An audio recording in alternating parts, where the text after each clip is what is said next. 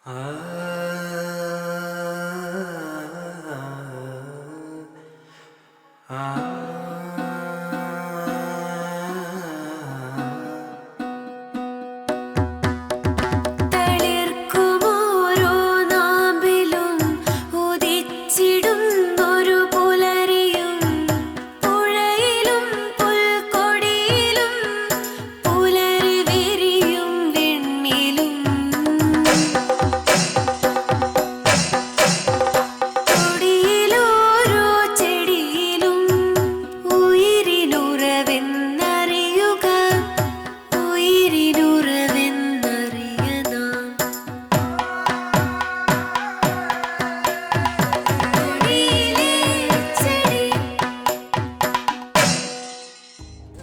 പ്രേക്ഷകർക്കും നമസ്കാരം.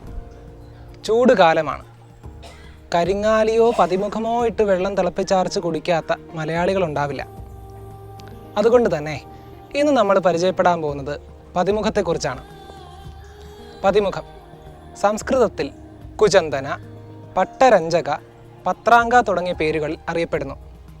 ഇംഗ്ലീഷിൽ ഇതിന് Brazilian wood, sappan wood, Japan wood എന്നൊക്കെ പറയപ്പെടാറുണ്ട്. മലയാളത്തിൽ ഇതിനെ ചപ്പങ്ങ എന്ന് വിളിക്കും. സെസാൽപിനിയേഷ്യേ ഫാമിലിയിൽ പെടുന്ന ഈ സസ്യത്തിൻ്റെ ശാസ്ത്രീയ നാമം സെസാൽപിനിയ സാപ്പ എന്നാണ്. ഏകദേശം 6 മുതൽ 9 മീറ്റർ വരെ പൊക്കത്തിൽ വളരുന്ന ഈ ചെടിയുടെ തടിക്കും ശാഖകൾക്കും മുള്ളുകളുണ്ട്.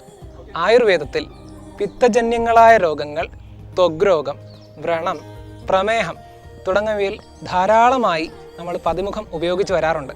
കണ്ണിൽ ഒഴിക്കുന്നതായ നേത്രാമൃതം പോലെയുള്ള മരുന്നുകളിലെ അവിഭാജ്യ ഘടകമാണ് ഈ പതിമുഖം.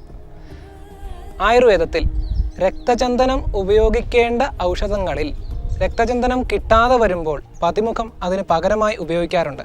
ഇതിൻ്റെ കൂടുതൽ ശാസ്ത്രീയ വശങ്ങളെക്കുറിച്ച് ഡോക്ടർ CM ശ്രീകൃഷ്ണൻ നിങ്ങളോട് വിശദീകരിക്കുന്നതാണ്.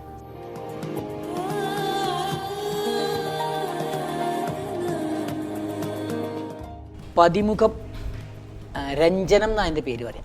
രഞ്ജിപ്പിക്കുന്നത്, അതായത് നിറത്തെ കൊടുക്കുന്നത്.